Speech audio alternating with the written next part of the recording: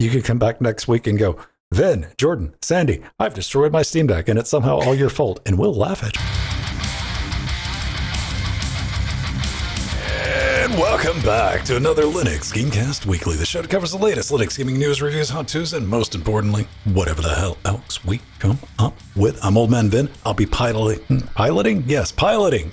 Piling on, elbow dropping, and everything else related to maneuvering the Starship, this train wreck, here in beautiful downtown Athens, Georgia. I'll be switching the bits and occasionally joining in the conversation, joined every week by Jordan Swang up in Toronto, where it's a bit chillier this week, but that's okay. That's great. He's still here with us, and he's very dexterous. You got the finger digits moving this week, don't you?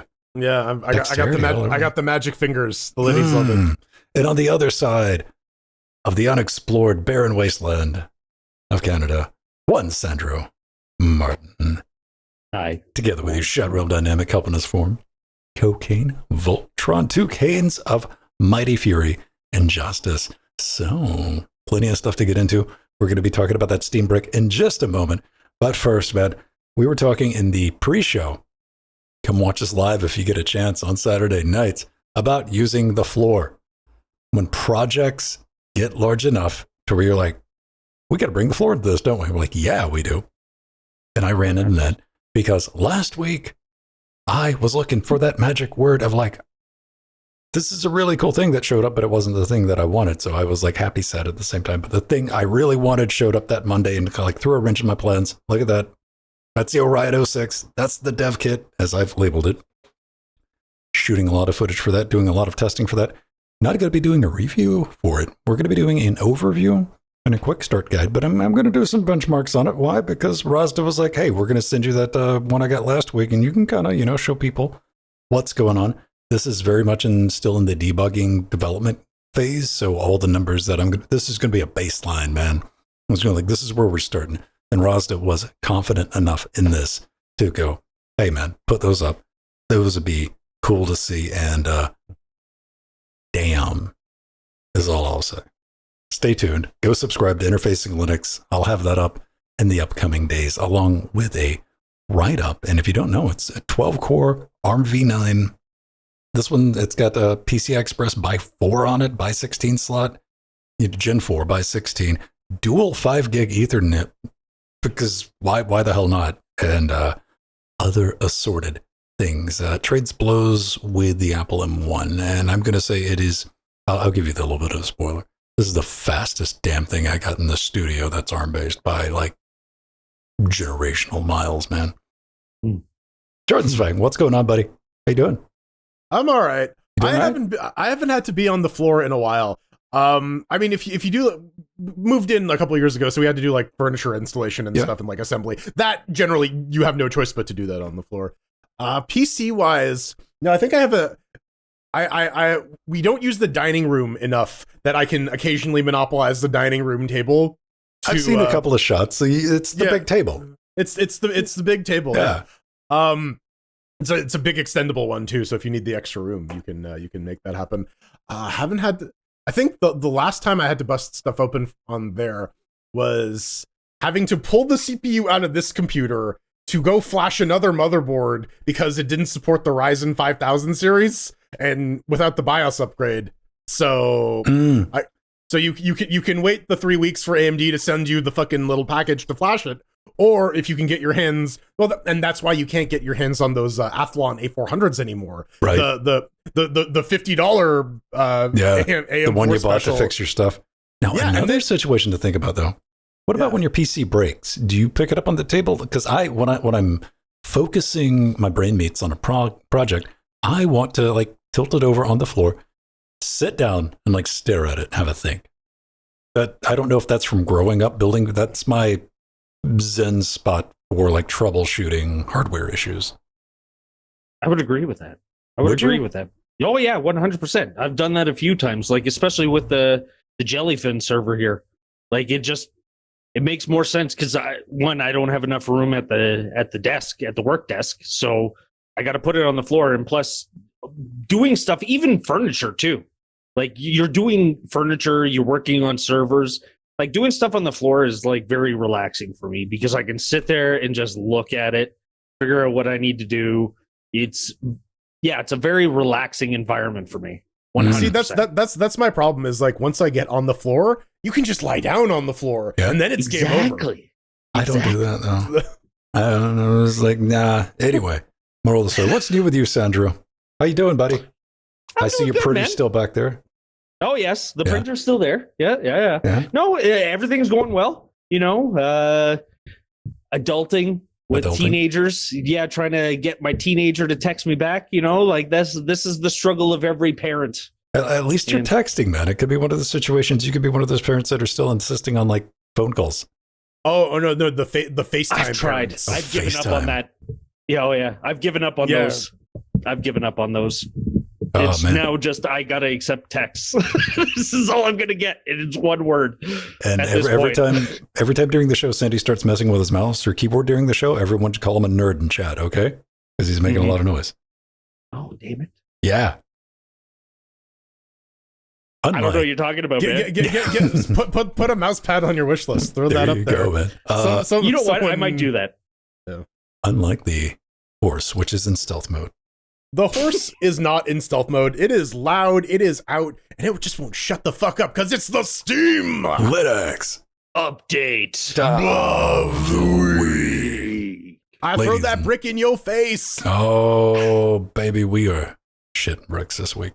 What's you gonna do with it? Blew my mind. No screen, no controller, absolutely no sense. Just a power button and a USB port.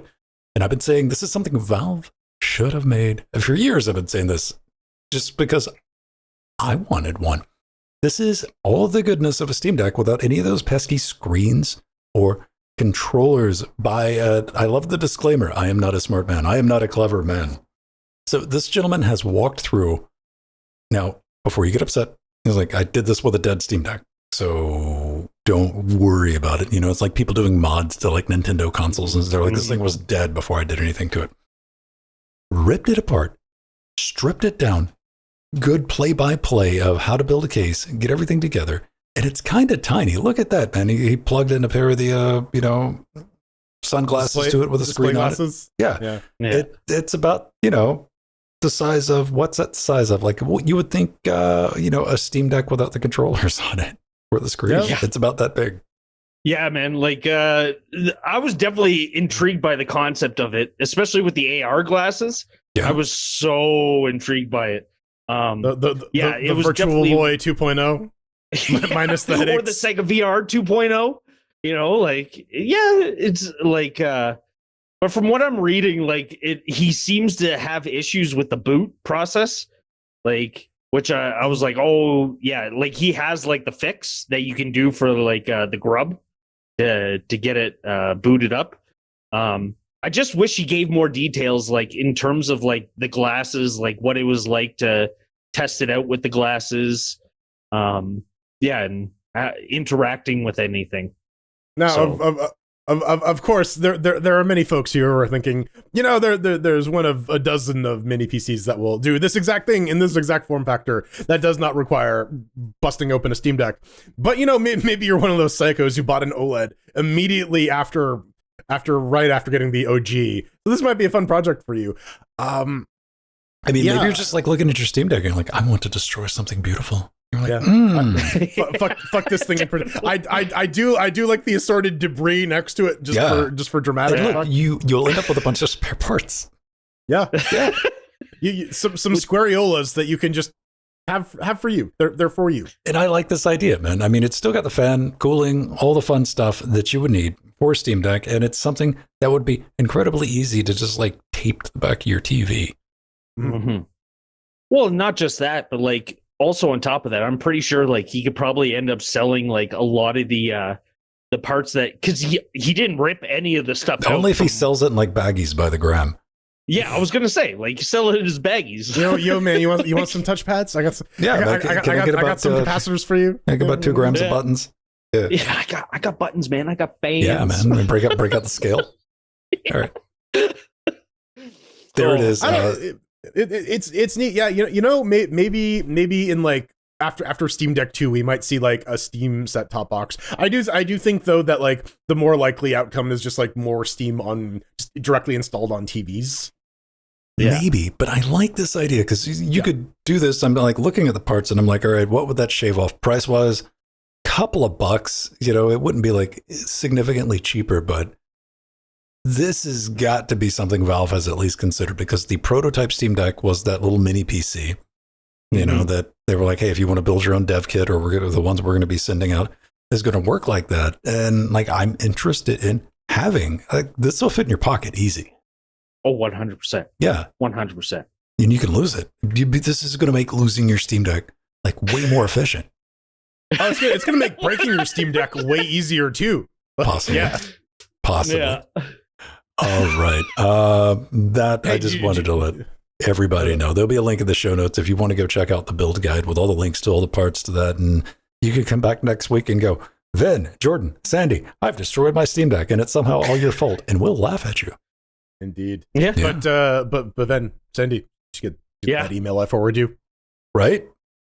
Oh, yes. Yes. I forgot about that. Are you sure I got to email you again and again? You definitely got to email me again because I accidentally deleted it. We're talking about Into the Sun, man. And what Jordan's hitting at, they've been working on this game for 8 years. It's been in development, and they've been keeping us, to their credit, very much up to date over those 8 years with development progress and everything that's going on in their world. Into the Sun team, well, I'm happy to announce that as of January 29th, it's out. It's got 25 reviews. It's positive. Tell me about it, Jordan. It looks, okay, that looked a little psychotic. Yeah, okay. So let's be real. This is a budget indie game from 2017. It looks the part. It looks like a PlayStation 3 game, maybe an Xbox 360. But I mean, like they did the homework. This is a game that takes place in Slavic mythology.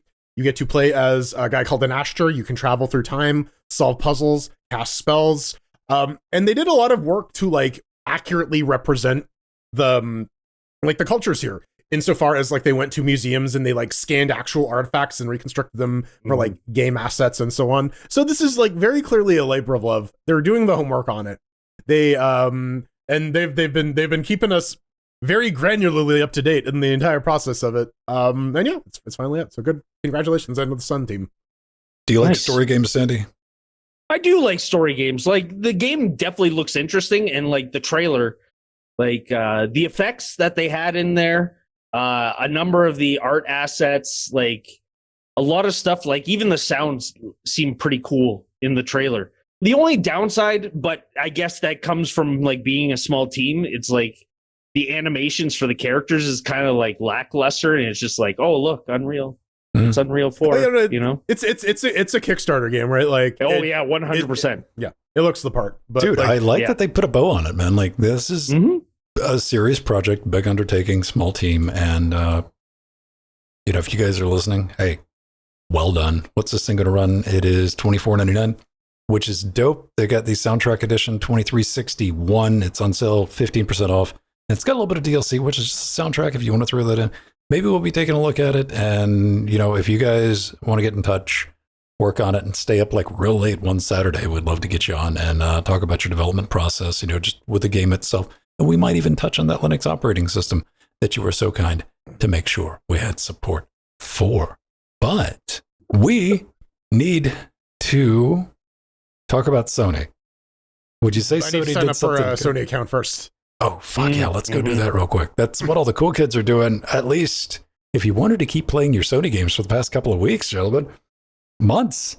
When did this start? Oh, yeah, right. Sony destroyed the street cred of Helldivers 2. They were like, yes. Talk about wanting to destroy something beautiful. Sony was like, oh boy. Yeah. Oh, look at all this goodwill we've built up. Time to people torch that are loving this, ground. And everybody. Then everybody. Like I was sick. Let me be honest with you. Here's the dark timeline. I was sick of everyone streaming the damn game.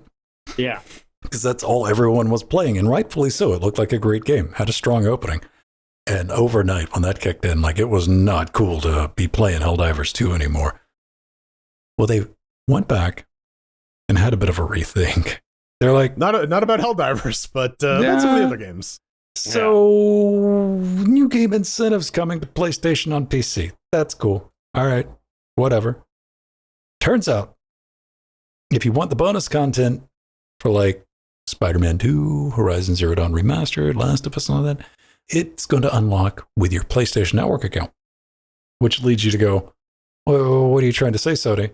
They're like, well, maybe you don't have to log in to play the games, and you don't have to have a account signed up just to play one of our video games. Jordan, does that sound like a crazy idea? No, it's completely insane. You need to be logged in at all times to play single player games and have an active internet connection. So say if I the PlayStation man. No, but yeah, now they're saying, oh well, you know, you can get fancy armor or new outfits if you sign up with your PlayStation Network for these games. For Spider-Man 2, you get the $20.99 costume. For Horizon Zero Dawn, you get the Nora Valiant outfit. And Last of Us 2 Remastered, apparently you get my jacket. Don't use your PlayStation account to register for Last of Us 2. I want to stay warm. Don't steal my jacket, man. I love seeing it, man. Like, an account for PlayStation Network will become optional for at least for these titles. So Marvel's Last of Us 2, Horizon Zero Dawn. I think there's a bit of an FU for the Helldivers 2 bit, but Sony, you could go just like a little, just not even a step, like a shuffle to the side further in this commitment that you're these new innovative business strategies that you're bringing to the consumers. You could, and like maybe just limit the need for an online account to the word I'm looking, online games. You ever give that a thought? Give that a shot? Give it a think? Not even, because like fucking Helldivers was running fine in a bunch of countries that didn't have PSN, and then they were just arbitrarily shut off because they out of spite. Yeah, no, because Sony chooses not to do business in those regions, or Sony Computer Online Entertainment doesn't do business in those regions. Right. So this is just clearly a easy PR win, right? Like, oh hey, this thing that we didn't have to do, we're gonna walk this back. Aren't we so magnanimous? Aren't we great? I mean, for these select titles, for these select titles, with the launch of Spider-Man 2, because God damn it, we want people to buy these fucking games. We would like your money. Turns out, yes. Yeah. Don't worry. With Helldivers, they already had their money, so they didn't need to worry about it. But now that there are new games coming out, dude, that's so weird, man. Like, I 20 years from now, I can't wait for like reading the book of like what the hell actually happened here, because I don't feel like we have the complete story. If you know, I'm sure somebody does know, because it doesn't make a damn bit of sense. And of course, they can always go back on going back too. This is Sony, the creators of the memory stick, man. Like, if 9 months from now they go, yeah, we're bringing that back now. So the games that you bought, you need to set up an account for. You can't play them anymore. And you're like, who would do that? Sony would be like, Sony would do that. Yeah. You need to buy a memory stick, which requires a Sony account to format. Oh my God, that would be like nightmare check this fuel. Out. You need it's the memory stick verification stick that connects over Lightning. Right. No, it's a little IR receiver that hooks into your Sony television. So if you don't have one of those, you need to go find someone who does, so that they can. Or optionally, you can verify by plugging in 2 PS Vitas. 2 PS Vitas and sending us a copy of your driver's license. Oh God. Oh my God. No one would ever do it. It's Sony. Like, okay, Sony would try to do that. What are our thoughts on this, Sandy? We've never heard your opinion on just having to create an account in the first place. For me, like, if I know ahead of time, if you spring that shit on me after, I'm going to be bitter, but I'm also a human. If I'm addicted to the game, they know that. They've already done the market research. I'm like, fuck, all right, I'll make damn account. So I was playing Helldivers 2 before, like, Sony decided to drop that little nugget on everyone. Yeah. I was so fucking pissed, like, when they decided to drop that. Now, like, that they're kind of rolling back because of all that backlash that they got. Like, I think it's weird that it took them this long to start coming out with this idea. Like, I think I think it's weird they're doing it in the first place. Yeah. This is Sony, man. I cannot stress that enough. Like, yeah, that is also true. They didn't even have to do this, but yeah, like, I'm surprised the CEO like Sony or like the press agents just don't do this the entire time they're talking to anybody on stage, you know? Yeah. They're listen, like, shut the hell up. You don't have the discipline to have $700 to buy a PlayStation 5 Pro, okay? You need to test yourself and improve your being before you are worthy of spending the money on the PlayStation 5 Pro. Oh, man. I don't know, dude. Like, did did you create it? You created an account to keep playing, though, right, Sandy? No, I did not. You punk. No, I was Coward. Quitter. I know, I am. It's just like smoking, right? Quitters never win. Like they were gonna follow through with the whole thing. Thank God they didn't, so I could still play the game. But like this is the direction they should be going in. They should be like giving incentives to gamers to be like, hey, stick and carrot, man. Like exactly. Like give people a reason to want to sign up to the service. Don't fucking shoehorn him in. The other thing too is like, you can just whack people with the stick and then you give them the tiniest little baby carrot and they're like, thank you. And then you go back to beating them with a fucking stick, you right? show up and you go, we are the champions who have found a way to solve the problem that we created. Thank you. Thank you all.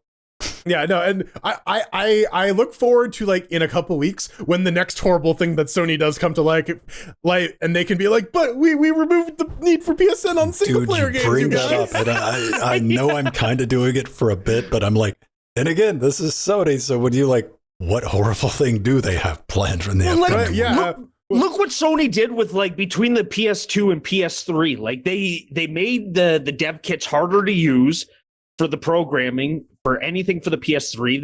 They increased the price to, what was it, like $800 or something like that when that first came out. Like they just didn't give a shit. They're like, we're Sony, we can do whatever we want. Like that you don't understand how like that is the most Sony move in the entire history of Sony. Sony was like, fuck SD cards, fuck compact flash. The industry is standardized on these. We're just going to create this brand new thing, and it's going to be proprietary only for our cameras.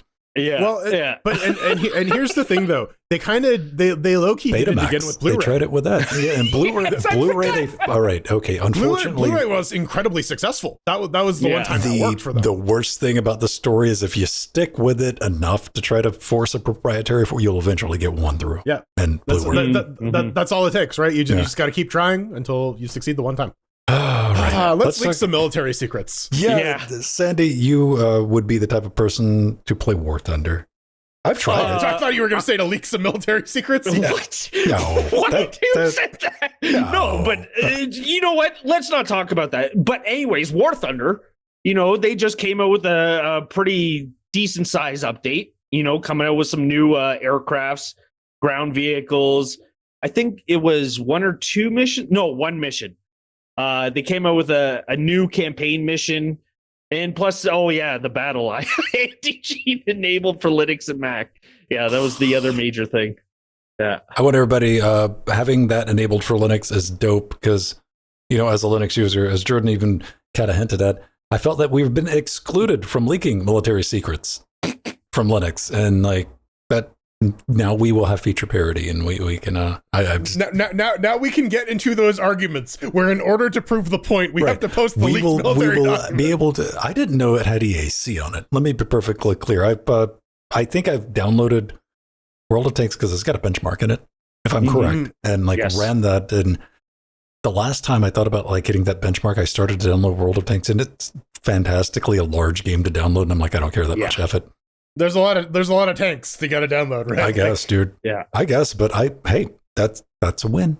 That's a win. EAC, even if you're like, fuck that game, I hate it. It's a win. Take it. Yeah. Well, so the problem from my end when playing the game was it wasn't officially supported. Like you could still run the game. It was the same thing with well, it's still not officially supported now, right? Like they just made sure that like they tick the box in EAC that allows the Linux version to technically work. That is an official support because they're actually making that effort.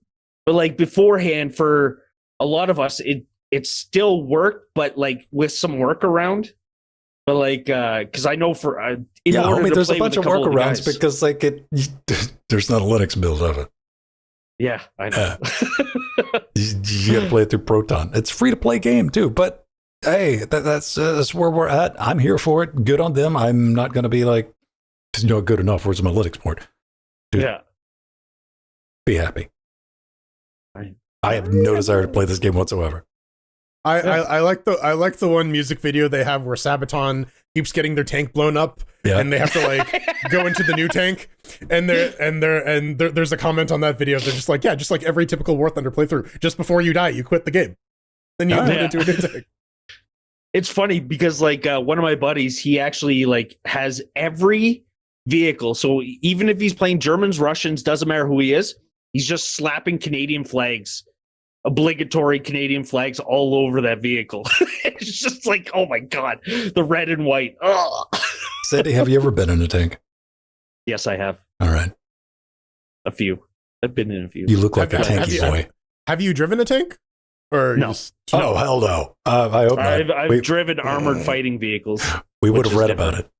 Yeah. Have you now, do you feel driving an armored fighting vehicle has prepared you for driving some sort of robotic panther or leopard that can combine with other robot panther Wait a or minute. panther or leopards? Wait, you shut the fuck up. We got to get a fighter point. Do you drive a robotic panther or do you ride a robotic panther? Ooh. I think so. I think That's in this case, question. you're driving That's it because you're like sitting inside the head. If you're sitting on the back, then you would be riding the panther. You know, even if like sitting on the back's optional, I'm going to be back there. Like,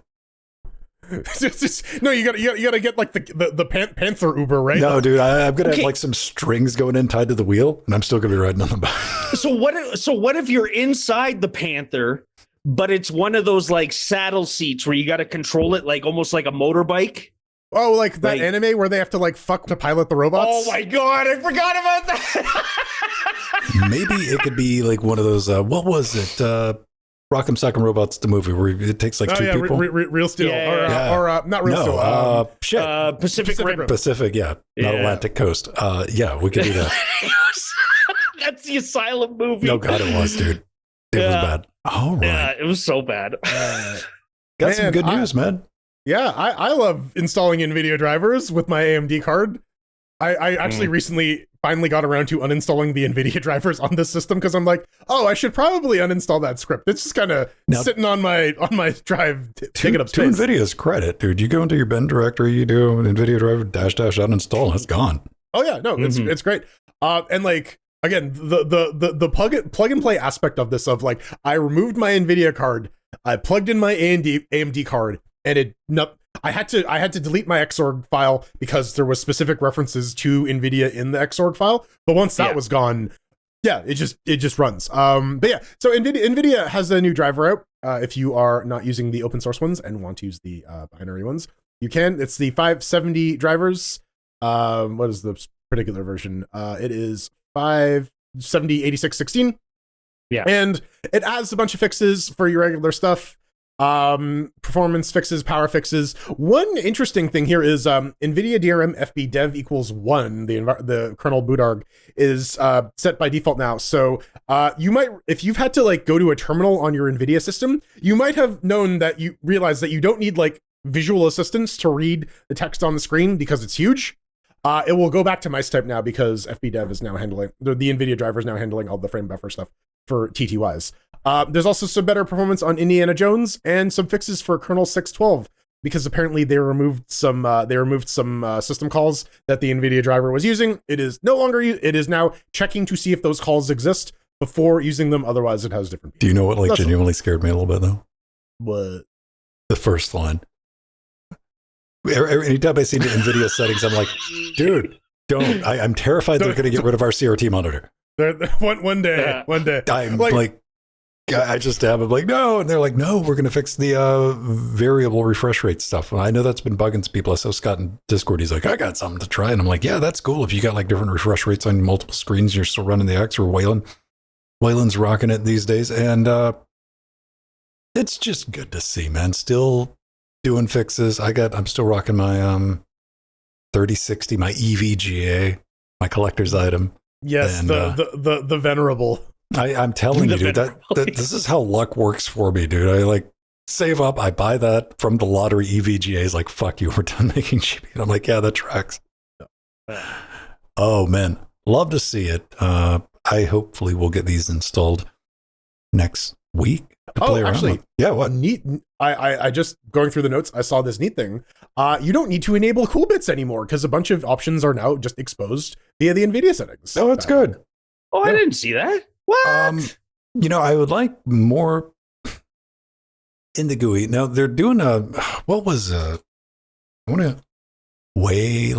the increased better functionality in the NV control under Wayland. So, which is good because I still don't think they have like the equivalent of the NVIDIA control panel functioning under Wayland. No. So I'm glad to see that. Yeah, man. NVIDIA still making cards that nobody can buy, nobody can afford, and this is going to work with the 50 series cards. Speaking of, please, someone buy some NVIDIA cards. Their market value is tanking. I'm telling you, dude. I feel so bad for Jensen. Oh, my heart breaks. Man, I thought the 40 series were bad, and here we are on the 50 series. Now I'm going to be the person with like the 2-gen old card. I'm like, I'm good, man. Like, you're me with the 1080 Ti, looking at these new cards and going like, yeah, it's not it's not worth it to like. It's not even worth it to open up my computer to pull it out and put in a new one. Like that's not worth the effort. Like I'm firmly in like where I was with like the 980. I'm like, when this thing dies, then we'll think about that. Sandy, what type of GPU do you got right now? Well, I still got the 970 in the Steam machine. Okay. So yeah, like I'm still running on X on that one, just because Nvidia they kind of left me behind. So I'm still running X. I mean, they left you behind with like half a gig of memory missing too. So. Yeah, that's also true. But a man can dream, Oh man, like I'm still bullish on Battle Mage. Got some bad news this week that because we're like, hey, Battle Mage will always stick around as long as Intel is trying to get the AI stuff in the data center today. Intel's like, we kind of fucked that up, guys. Maybe next time. So let's just hope, man. Let's just hope. Fingers and toes crossed, right? Yeah. Here, I'll give you a bit of a spoiler. The Nvidia 2060, I broke up my 2060, which powers our Trackmania streaming rig. Come play with us on Tuesdays and Fridays. I plugged that into this ARM board. Okay. Yeah. Okay. It didn't not work. I'll give you that. With the binary drivers? With the binary drivers compiled. Okay. It didn't not work. Stay tuned for that. Go subscribe over on Interfacing Linux. Fascinating, yeah. Yeah. What do we got up next? Good old We got games. the GOGs. Yeah, man. Look at all those CRTs. Oh man, dude, Nvidia, keep an eye on this. You want this in your UI, not the other thing. Yeah, exactly. So GOG reaching out to everyone, wanting people to vote on games that they would like. The customers would like to buy in the store. So recently they just showed off like a number of the top picks that people have been requesting. And you see games like Code Veronica, Command & Conquer Ultimate Collection. I actually voted for that one. Final Fantasy VII. Yes. And then The Operative was the other one I remember. But no one lives forever. It's like there it is. All right, yeah. well, if you look, so these are all like the staff picked ones that are also getting votes. If you scroll down a little bit, if you look at the community ones, No One Lives Forever 1 and 2 are both pretty high up there. So if this actually goes through, Rohit, our friend of the show, Rohit, who's working on Open Lith Tech, is going to be getting a lot of bug reports. Dude. No, man, I'm definitely down with this. Now, you might be like, hey, we could vote. Yeah, this is a complete overhaul and revamp visual update for the Dreamlist over at GOG. And it's pretty dope, man. And yeah, the staff picks are like what you would expect. The number one over here, of course, Black and White, the game that's perpetually in limbo. I didn't see anything. Speaking of perpetually in limbo, if you sort by newest games, the newest one at the top of the list is Valley of the Gods. That's still getting some votes. Recently added? What? No. A release date from newest. Yeah. Why won't it let me do anything? Oh, man, that's bad UI. Yeah, in the Valley of the Gods. Three people are holding out hope. 3 people. I'm not logged in. They're keeping the dream alive. I'm not logged in. Bro. Oh man, Arma 4 Project Squadron 42. Expected date on Valley of the Gods was like 2029. So. Where the absolute fuck is Star Citizen? Oh, people have given up on that one. Okay. It might be in there somewhere. Do they have a search or is it just sort? Oh, you can. Star Citizen. Did somebody put it in? 24 votes. 24. I see people have given up. Oh my God. Oh, yep. There it is. There it is. Yeah. 24, man. You know what? It's hilarious. This is how you're going to convince them to release it, guys. Just put it up on GOG. Yeah, they wanted exactly. on GOG now. They're like, yeah, can we get that retro GOG game that came out didn't come out like 11, 12 years ago? All right. I mean, it's soon enough. It will be retro, man. It's one of those retro Kickstarter games. It's starting to feel like it. And yes, I understand everybody out there with a crippling addiction to the game that is like tied up into it and you love it. That's cool. We can still hang out. We can still be sunk friends. cost fallacy. Mm-hmm. Yeah. Or they could just be having a good time with it. Yeah, absolutely. That's the option. Just never going to release it. My boss, who was one of those people, was indicating to me that a lot of it is sunk cost fallacy. I'm sure a lot of people are having fun, but a lot of people also spend a bunch of money. Yeah. Oh, yeah. Let's talk about hard throbbing numbers. You use a mouse, don't you? An input device of sorts? Something to move around, a little thing on the screen, and you click on it, you flick it, you spin it, you lose it, you go mad trying to find it. Well, somebody decided to check out the latency. Because if you're using Wayland and you are way more observant than I am, you might go, man, this is incredibly slow compared to X11. I'm like, okay, sure, whatever. Somebody did the maths. They crunched the numbers, hard numbers, in the Wayland versus X11 input latency discussion.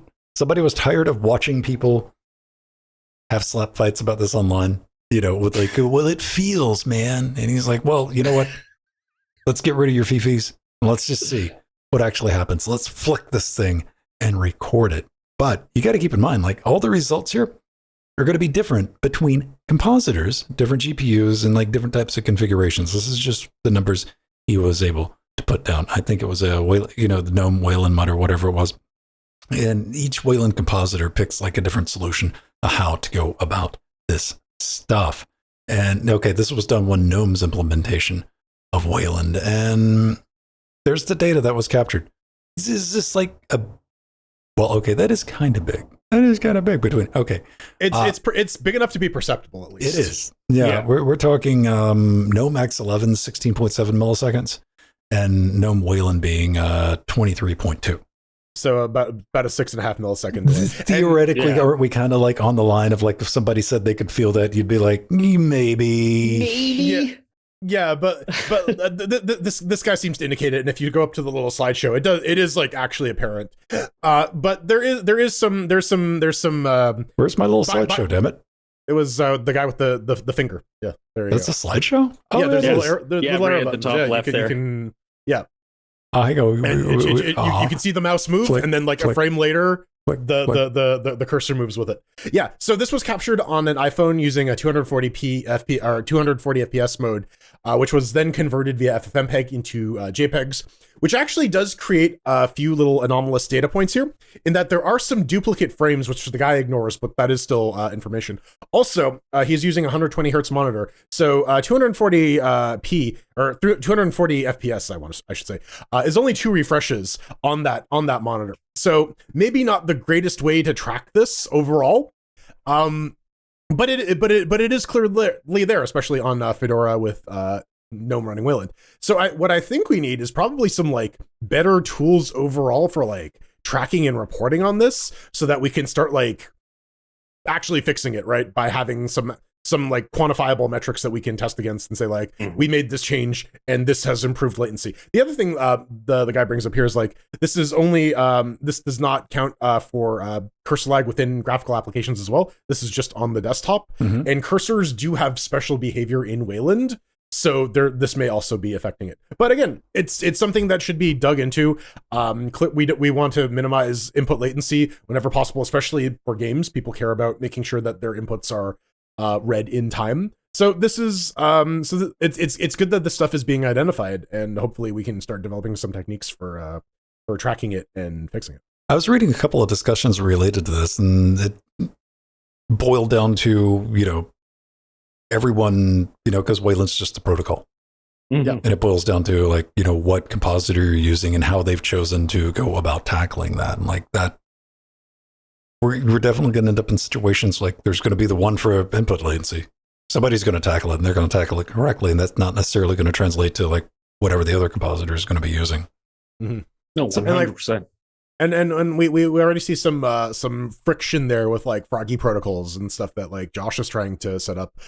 Because of the fragmentation, there's some desire to have some needle pushing work being done externally in a way that all these other things can then consume and then implement, so that we don't have as much fragmentation in this regard. Yeah, I'd love to talk to somebody that like really knows this stuff and explain it better. You're just like looking at them like, what's like the real issue here? Because this seems like one of those like you definitely want to tackle it, but I can also see looking at that and going, we'll get to it. Yeah. I think it's going to come down to like, mind you, this is a good first step. Like in terms of actually getting metrics. Or somebody taking the time to do it. Yeah. He's like, exactly. See, look, someone it's taking real. the time to do it, and just because that's only just going to improve things more, because there's going to be someone out there who's going to be like, you know what? Let's create an application that actually gets proper fucking metrics. And so that way we can actually get stuff out to send up to make improvements, so that way, like, and if there's devs out there, like you're going to have the odd person who's going to be like, this isn't important enough. But you'll have some people who are going to be like, yeah, this is important enough. Yeah, they play CSGO. And exactly. I'm looking forward to the fucker with like the actual high speed camera to go and be like, no, let me get you the real numbers. Right. Yeah. And plus, this is also another proving point too. On top of that, like just how much more mature X11 is to Wayland, and how new Wayland is. It's a 30-year-old or 40-year-old piece of software. Yeah, exactly. Well, you know what I mean? Things. Like, but here's the thing: like somebody's like, "That's cool." Then they're going to show you that, hey, I don't have any screen tearing in Wayland. Why? Because everything's composited, bitch. Yep. That's going to come with like some latency, to the best of my understanding. Or I have one screen running at like 75 hertz. I have another screen running at 45 hertz.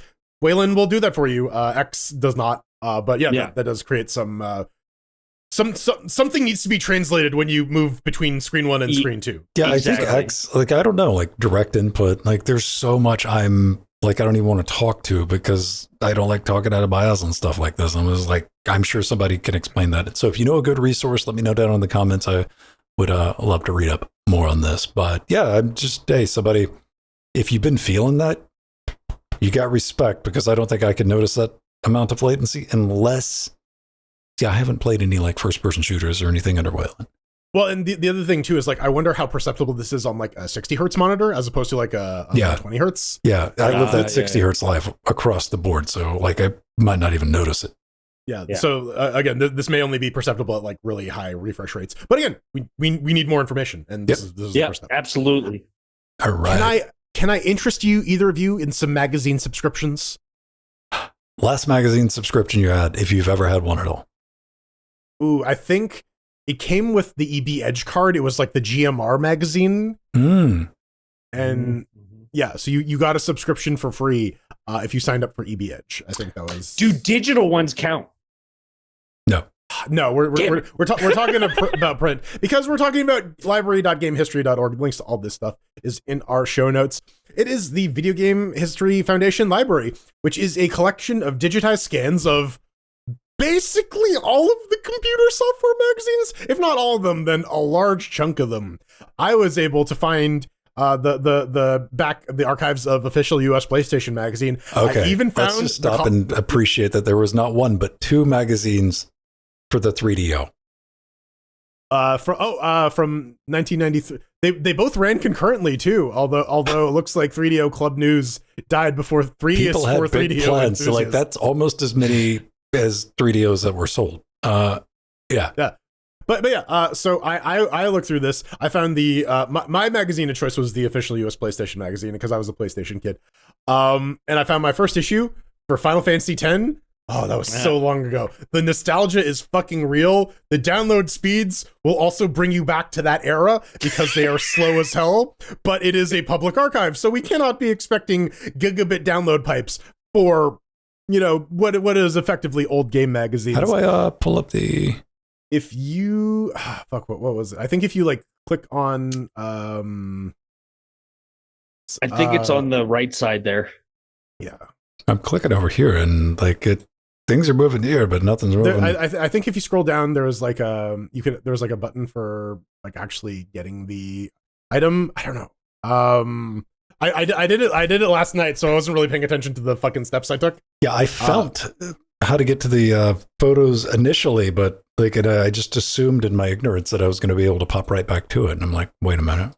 Yeah. See, this is why I donated to them, because the first thing I noticed when I came to the website, I'm like, this UI needs to get sorted out. Well, yeah. You can't even download them as PDFs. They are they're in this web format, which I get for like piracy related things. Big dog. But yeah. Oh man, that was the thing that threw me for a twist, because I've been living that ad blocker life for so long. Like 2/3 of these fucking magazines were ads. Oh yeah. Yeah. Dude, I'm looking through some of the, what was this? E3 Consumer Electronics Show clipped flyers, dude. Like from back in the day. Look, here's a Nintendo one. When it comes to games, the more the Mario, bleh, bleh.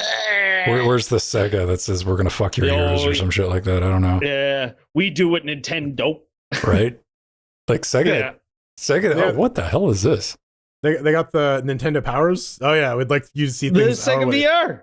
The Sega VR, baby.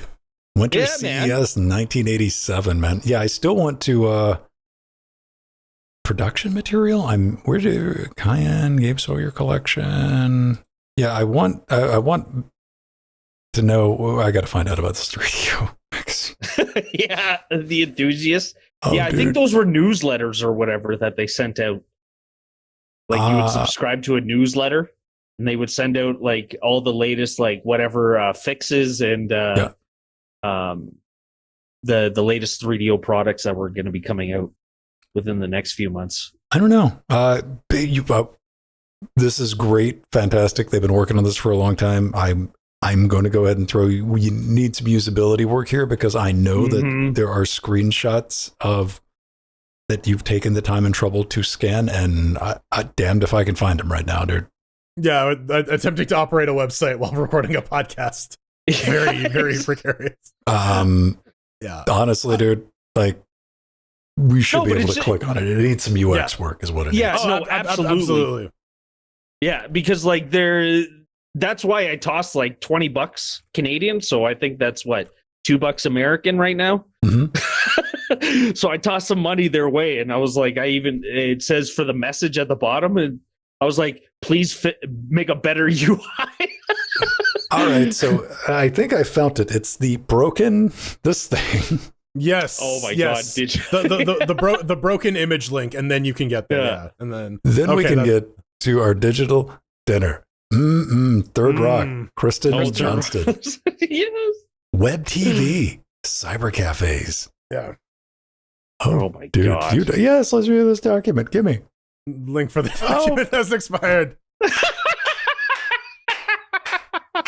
Link in the show notes. It's a nonprofit. Yeah, like Sandy said, donate to them. Preserve this stuff, right? It's all there. Yeah. We just got to work on being able to get to it.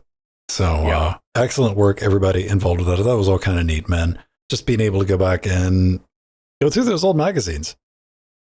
100%. That's great. I mean, that's worth preserving. And I was just kind of blown away around like some of that early mid-90s, just edgy video game ads, dude. Like in print, I was like, they didn't give a damn. I'm like, okay. I'm here for because it was all about that realistic. What was it like? Cartoony.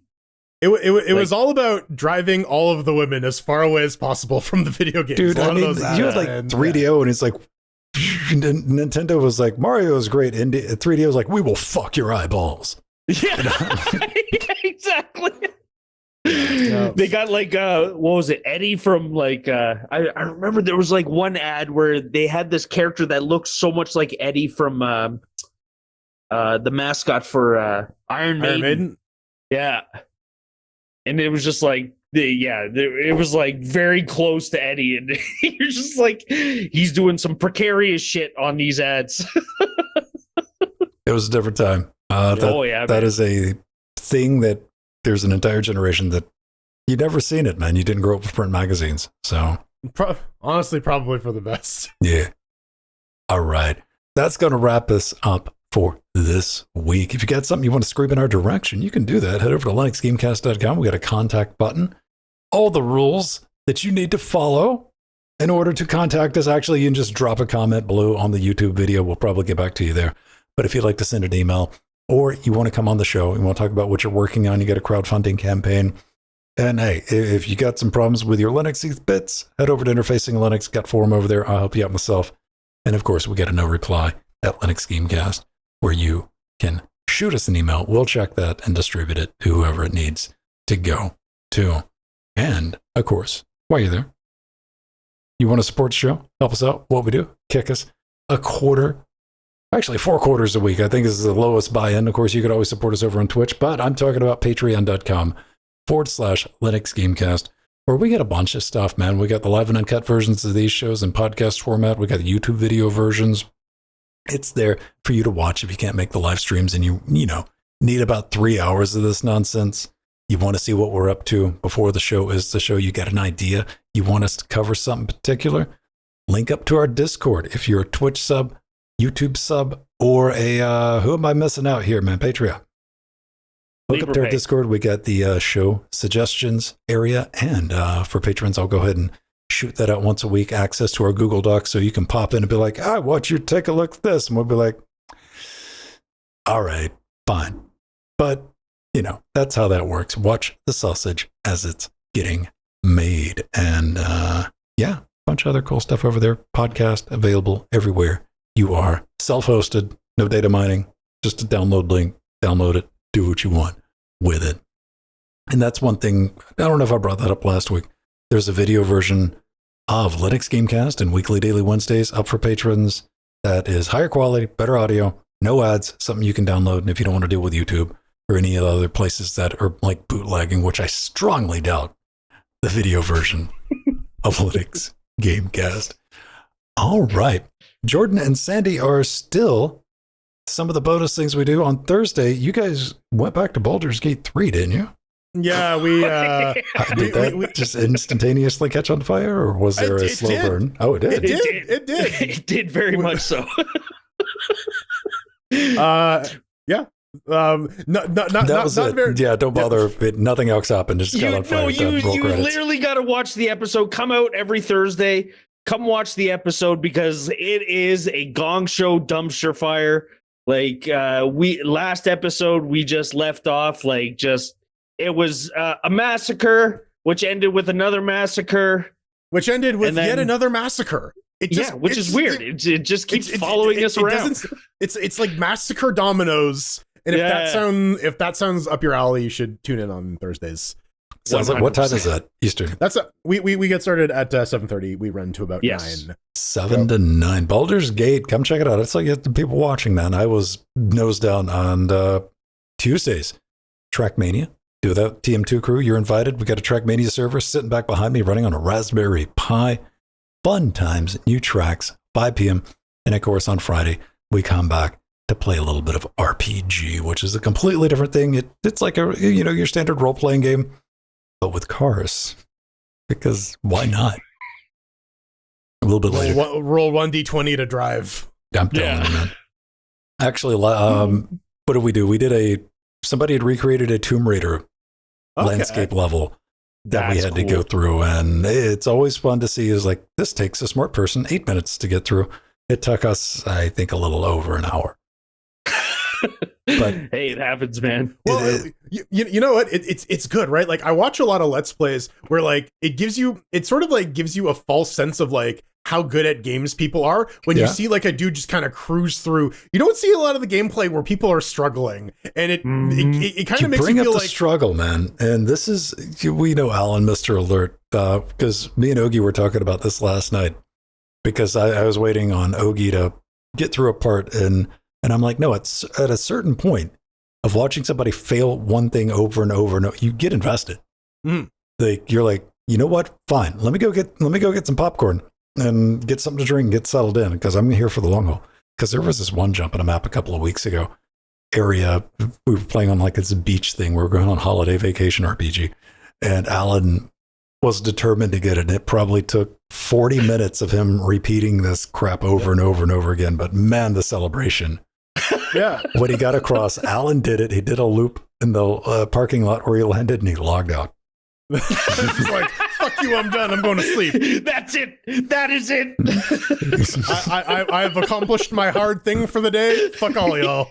Exactly. It was glorious. I've definitely had one of those where it's just like, this is the hardest thing I've had to do all week. I'm done. I'm done. I'm done. I win. Bless Alan. Bless you, Alan. All right, beautiful people. Come check us out live 8 p.m. Man, I got a 8 p.m. right here on Twitch. There'll be a link in the video description where we get up to it. About 30 minutes early in the pre super shows and for patrons. And yeah, come say hi in our super secret Discord where we'll be at the other 6 days of the week talking the nonsense. But until then, we're going to go ahead and bring this music up. You can always find me. I'm on all the social medias, anywhere there may be, probably. Most active on Mastodon. I occasionally use a blue sty. Yeah, the blue sty. Ew. You got it in your eye and squeezing out some goop, some blue goo. Yeah, some blue goop. And we're on we got the X's, the Facebooks. Is there any new social medias?